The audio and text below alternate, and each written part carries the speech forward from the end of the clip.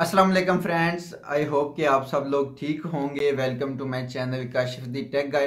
और आज इस वीडियो में मैं आपको बताऊंगा कि डेफरल और लीव ऑफ एब्सेंस के अंदर क्या डिफरेंस है, कब आपको डेफरल अप्लाई करनी चाहिए या कब आप कर सकते हैं और कब आप लीव ऑफ एब्सेंस अप्लाई कर सकते हैं, और किस तरह से जो है वो इनकी कंडीशंस क्या होती हैं, कब आपकी अप्रूव होगी और कब आपकी अप्रूव नहीं होगी, इसके ऊपर डिटेल में बात करेंगे।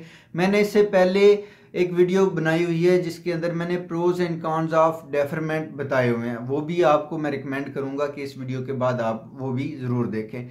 ये जो सिचुएशन चल रही है जिसके अंदर ऑस्ट्रेलिया के बॉर्डर्स बिल्कुल अनसर्टेन चल रहे हैं, कभी कोई अच्छी स्टेटमेंट आ जाती है, कभी कुछ आ जाता है, लेकिन ओपन होते हुए बॉर्डर्स जो है वो नज़र नहीं आते। और जो एजेंट्स हैं, जो कंसल्टेंट्स हैं, वो मिस गाइड करते हैं अपने स्टूडेंट्स को, और उनसे सिर्फ और सिर्फ उनका मकसद ये होता है कि उनका अपना जो कमीशन है वो उनको मिल जाए। बहुत से स्टूडेंट्स को ये नहीं पता होता कि जो आपका कंसल्टेंट है उसको आप यूनिवर्सिटी की तरफ से भी कमीशन मिलता है जब आप अपना कोर्स कमेंस करते हैं, जब उसको स्टार्ट करते हैं। इसलिए जो कंसल्टेंट्स होते हैं उनका यही दिल होता है कि आप कोर्स को स्टार्ट कर लें और आपको किसी ना किसी तरीके से उसमें इनरोल करवा दिया जाए। एनीवे, डेफरमेंट आप खुद भी अप्लाई कर सकते हैं, लीव ऑफ एब्सेंस आप खुद भी अप्लाई कर सकते हैं। कब कब अप्लाई करनी चाहिए, क्या डिफरेंस है, उसके ऊपर डिटेल में इस वीडियो के ऊपर मैं बात करेंगे। तो आपसे मैं रिक्वेस्ट करूंगा कि इस वीडियो को पूरा देखें ताकि आपको पूरी इन्फॉर्मेशन मिल सके। तो सबसे पहले डेफरमेंट की बात कर लेते हैं। डेफरल जो होता है अप्लाई, वो आप खुद भी अप्लाई कर सकते हैं और आपका जो कंसल्टेंट होता है, एजेंट होता है आपके बिहाफ के ऊपर, वो भी आपकी डेफरल अप्लाई कर सकता होता है। और डेफरल का मतलब ये है कि अगर आपने एडमिशन अप्लाई किया, आपको ऑफर लेटर आया, आपने उसको एक्सेप्ट किया, फ़ी पे की और आपको COE जो है वो इशू होगी, कंफर्मेशन ऑफ इनरोलमेंट, COE। ठीक है, आपको जब COE इशू हो जाती है तो उसके बाद आप अगर अपने सेमेस्टर के अंदर, अपने सेशन के अंदर इनरोल नहीं होते, उसको कमेंस नहीं करते और आप चाहते हैं कि मैं अगले सेमेस्टर के अंदर पढ़ लूँ, तो उसको कहते हैं डेफरमेंट। जैसा कि अभी सिचुएशन चल रही है कोविड की वजह से, स्टूडेंट्स वहाँ पर जाकर ऑन कैंपस नहीं पढ़ सकते, तो इसलिए वो डेफरमेंट अप्लाई कर सकते हैं। डेफरमेंट जो है वो यूजुअली एक यूनिवर्सिटी 2 टाइम्स आपको ग्रांट कर देती है आराम से। ठीक है, जब आप किसी भी यूनिवर्सिटी को, आप या आपका एजेंट वहाँ पे फाइल करता है डेफरमेंट फॉर्म फिल करके, तो जो यूनिवर्सिटी की सपोर्ट टीम होती है जिसका काम होता है स्टूडेंट्स के साथ कांटेक्ट करना और उनको हेल्प करना, उसका ये रिस्पॉन्सिबिलिटी होती है कि वो आपकी रिक्वेस्ट को एनालाइज करे, असेस करे और उसके बाद उसको आपको जो है डेफरमेंट ग्रांट कर दे। डेफरमेंट अगर आपको COE इशू हो गई और आप वहाँ पे जाके नहीं पढ़ सकते, उसकी डिफरेंट रीजंस हो सकती हैं। जैसे अभी एक जो इलनेस चल रही है कोविड-19 की वजह से, एक कह रहे हैं दूसरा बीमारी, एक वबा फैली हुई है, उसकी वजह से आप नहीं जा सकते। तो इस तरह की सिचुएशन में भी आप डेफरमेंट अप्लाई कर सकते हैं कि मैं जी वहाँ पे ट्रैवल नहीं कर सकता, इसलिए मुझे डेफरमेंट दी जाए। दूसरा ये कि आपकी पर्सनल इलनेस हो सकती है,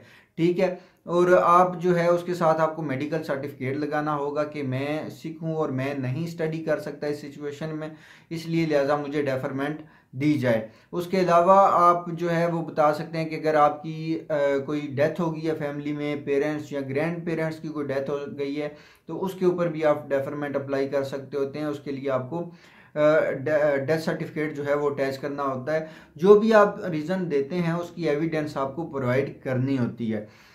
यूजुअली जो है जो 2 टाइम्स की डेफरमेंट होती है उसमें आपको जो है एविडेंस अप्लाई प्रोवाइड करने की इतनी ज़रूरत नहीं होती। आप सिंपली उनको स्टेट करते हैं कि ये सिचुएशन है और मैं नहीं वहाँ पे ऑन कैंपस आके पढ़ सकता, लिहाजा मुझे मेरी जो है वो सेमेस्टर डेफर किया जाए नेक्स्ट सेशन के अंदर। तो इस तरह से आपको 2 दफ़ा तो डेफरमेंट मिल जाएगी, लेकिन तीसरी दफ़ा आपको कंपेलिंग और कंपेशनेट जो है ग्राउंड्स के ऊपर अप्लाई करना होगा। इट मीन्स कि आपको वैलिड रीजंस देनी होगी जिसके ऊपर जो है आपको डेफरमेंट ग्रांट की जाए। जो मैंने रीजंस आपको बताई हैं, आपके फैमिली में कोई डेथ है, आपके कंट्री के अंदर कोई अपविल हुई हुई है, कोई अनस्टेबलाइजेशन हुई हुई है जिसकी वजह से आप जो है वो आपको मूव करना पड़ रहा है, या कोई इशू है तो आप वहाँ पे नहीं प्रॉपर स्टडी कर सकते, या कोई नेचुरल जो है डिज़ास्टर है उसके आप रीज़न दे सकते हैं। कोई बारिशें बहुत ज़्यादा हो गई हैं, सैलाब आ गया है, उस सिचुएशन में आप बता सकते हैं। आप जो है बता सकते हैं कि जी मैं खुद सीखूं, जो मोस्टली यूज़ किया जाता है, इलनेस का बहाना किया जाता है, उसके ऊपर आप अपनी डेफरमेंट ले सकते हैं थर्ड टाइम पे। और मैं ये आपको रिकमेंड करूँगा कि आप लीव ऑफ एब्सेंस लेने की बजाय डेफरमेंट ही ले लें। बहुत से स्टूडेंट्स को ये नहीं पता होता कि 2 टाइम्स जो है वो डेफरमेंट यूनिवर्सिटी करती है। और ऑफर लेटर के अंदर अब तो यूनिवर्सिटीज़ ने ये करना शुरू कर दिया कि ये उन्होंने कंडीशन रख दी है कि अगर आप को ये इशू हुआ कि आप ट्रैवल नहीं कर सकते हुए कोविड-19 की वजह से, तो आपने ऑनलाइन स्टडी करना है। उस सिचुएशन में आप जो है वो कंपेलिंग ग्राउंड्स के ऊपर डेफरमेंट अप्लाई करें। और आपको आई होप कि 2 दफ़ा एटलीस्ट जो है वो यूनिवर्सिटी को डेफरमेंट देनी चाहिए। इतने में अगर अभी आप देख लें कि मार्च चल रहा है, एंड ऑफ मार्च है और अप्रैल स्टार्ट होने वाला है, तो अगर 2 दफ़ा भी आप सेशन करते हैं तो आप नवंबर इनटेक या फेब इनटेक तक चले जाएंगे। और इस तरह से आपको जो है उम्मीद है कि तब तक ट्रैवल भी ओपन हो जाएगा और आप ऑस्ट्रेलिया जा सकेंगे। तो ये तो थी बातें सारी की सारी डेफरमेंट की। और डेफरमेंट जब तक आप अप्लाई नहीं, अपना इनरोल नहीं करते किसी सेमेस्टर के अंदर, तब तक होती है। जब आप किसी सेमेस्टर के अंदर इनरोल कर लेते हैं और उसके बाद आप चाहते हैं कि आपका सेशन जो है वो ये अगला सेशन आप ना स्टार्ट करें और उससे अगला सेशन आप स्टार्ट करें, तो उसके ऊपर उसको जो कहते हैं वो कहते हैं leave of absence. Leave of absence का मतलब है कि आप किसी मजबूरी की वजह से अपना सेशन छोड़ रहे हैं और अभी आप वहाँ पे प्रेजेंट नहीं हैं, तो आप स्टडी नहीं कर पाएंगे, लिहाजा आप अगले सेशन के अंदर पढ़ेंगे। उसके अंदर डिफरेंट रीजंस हो सकती हैं। यही रीजंस हैं जो तकरीबन डेफरमेंट वाली हैं। कंपेलिंग और कंपेशनेट ग्राउंड के ऊपर आप लीव ऑफ एब्सेंस ले सकते हैं, अपनी इलनेस का बता सकते हैं, अपने किसी पेरेंट्स या ग्रैंड पेरेंट्स की डेथ का बता सकते हैं। और उसके लिए अगर आप ऑस्ट्रेलिया में हैं तो उसके लिए कंडीशन है कि आप अगर लीव ऑफ एब्सेंस अप्लाई कर रहे हैं तो आप इस रीज़न के ऊपर कर रहे हैं कि जी बैक आपका कंट्री के अंदर कोई मसला है, आपकी पर्सनल कोई फैमिली के अंदर मसला है और आपको वहाँ पे जाना है और आपको लीव ऑफ एब्सेंस चाहिए, तो आपको लाजमी वहाँ पर फिर जाना पड़ेगा, ऑस्ट्रेलिया से अपने कंट्री में जाना पड़ेगा। और अगर यूनिवर्सिटी को ये पता चला कि जी आप ने सिर्फ बहाना मारा है और आप अपने कंट्री में गए नहीं हैं, तो वो जो होम अफेयर है उसको रिपोर्ट करेगा। और वैसे भी जब आप लीव ऑफ एब्सेंस लेते हैं तो यूनिवर्सिटी होम अफेयर को रिपोर्ट करती है कि ये सीओई हमने कैंसिल की है स्टूडेंट की और हम इसको नई सीओई ग्रांट कर रहे हैं जिसकी एक्सटेंडेड डेट ये है। और उस हिसाब से फिर होम अफेयर आपका वीज़ा एक्सटेंड करता होता है इन द एंड। ठीक है, तो ये चीज़ें ज़रूरी हैं। अगर आप अपने ही कंट्री में हैं और लीव ऑफ एब्सेंस अप्लाई कर रहे हैं, आपने एक सब्जेक्ट पढ़ लिया, जो कि आजकल जो है वो बड़ा सिचुएशन चल रही है कि यूनिवर्सिटी स्टूडेंट्स ने 2-2 सेमेस्टर्स डेफरमेंट किए और उसके बाद उनको ये मजबूर किया गया कि आप एक जो सब्जेक्ट हैं वो स्टडी करें और उसके बाद आप डेफरमेंट या लीव ऑफ एब्सेंस अप्लाई कर लें। तो बेसिकली उसके बाद लीव ऑफ एब्सेंस ही होती है। तो उसके ऊपर आप इलनेस वगैरह या कोई इस तरह की सिचुएशन है सीरियस, उसके ऊपर आप बता सकते हैं। मैं अपनी डिस्क्रिप्शन के अंदर ये चीज़ें लिख दूंगा जो कंडीशंस हो सकती हैं। ठीक है, वहाँ से आप पढ़ सकते हैं। और ये ही सिर्फ रीजंस नहीं है, कोई भी रीज़न हो, कोई भी वैलिड रीज़न हो जो कि प्रूव कर सके कि आप स्टडी कंटिन्यू नहीं रख सकते, तो उसके ऊपर आपको लीव ऑफ एब्सेंस हो सकती है। और ये टोटली डिसीजन होगा आपकी स्पोर्ट टीम का।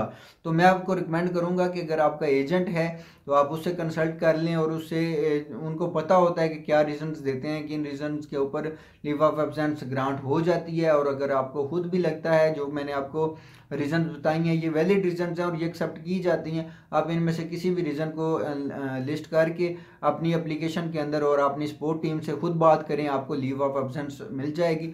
और मोस्टली मैंने ये भी देखा है कि एजेंट्स जो है वो नहीं अप्लाई कर रहे स्टूडेंट्स की लीव ऑफ एब्सेंस या डेफरमेंट, वो कहते हैं नहीं नहीं पढ़ना ही पड़ेगा। तो आप अपनी यूनिवर्सिटी के साथ खुद कांटेक्ट करें, उनका ईमेल होता है, उनकी सपोर्ट टीम होती है, उनका कांटेक्ट नंबर होता है, उनकी वेबसाइट के ऊपर जाएं, सारी इन्फॉर्मेशन लें और उनसे कांटेक्ट करके अपना खुद से डेफरमेंट अप्लाई कर सकते हैं। एजेंट का कोई उसके अंदर अमल दखल नहीं होता कि आपको लाजमी जो है उसी की तरह थ्रू आपने कांटेक्ट करना है या इन टच रहना अपनी यूनिवर्सिटी के साथ। एजेंट ने एडमिशन करवा दिया, अब आपकी अपनी यूनिवर्सिटी है, आपने वहाँ पे सारी लाइफ जो एक है आपका टेन्योर स्टडी का, उसके अंदर आपने पढ़ना है, आगे भी उसके साथ इन टच रहना है। तो ये चीज़ें आप खुद सीखें, इन चीज़ों के ऊपर जो है खुद वर्क करें और यूनिवर्सिटी को कांटेक्ट करें और अपनी लीव ऑफ एब्सेंस या COE करवाएं। COE जब भी आप डेफरमेंट करवाते हैं या लीव ऑफ एब्सेंस करवाते हैं, बोथ केसेस आपको नई COE इशू होती है। COE जो है उसके अंदर डेट एक्सटेंडेड होती है कि फलां डेट से अब आपका जो है सेशन स्टार्ट होगा और फलां डेट तक जाएगा। आई होप कि वीडियो आपके लिए इंफॉर्मेटिव रही होगी, और अगर आपको कोई क्वेश्चन है इन बोथ टॉपिक्स के ऊपर, डेफरमेंट के ऊपर या लीव ऑफ एब्सेंस के ऊपर, तो आप कमेंट्स में मुझसे पूछ सकते हैं। और जो विड्रॉल है, अगर आप अपना एडमिशन जो आपने COE आपको इशू हो चुकी है या उससे पहले आप जो है फीस वहाँ पे कमेंट्स कर चुके हैं या उससे पहले आप करना चाह रहे हैं, तो उसके ऊपर भी मैं एक न्यू वीडियो बनाऊंगा। लेटेस्ट अपडेट्स के लिए और मोर इन्फॉर्मेशन के लिए मेरे चैनल को सब्सक्राइब कीजिए। इंशाल्लाह फिर मिलेंगे। टिल नेक्स्ट टाइम, खुदा हाफिज़।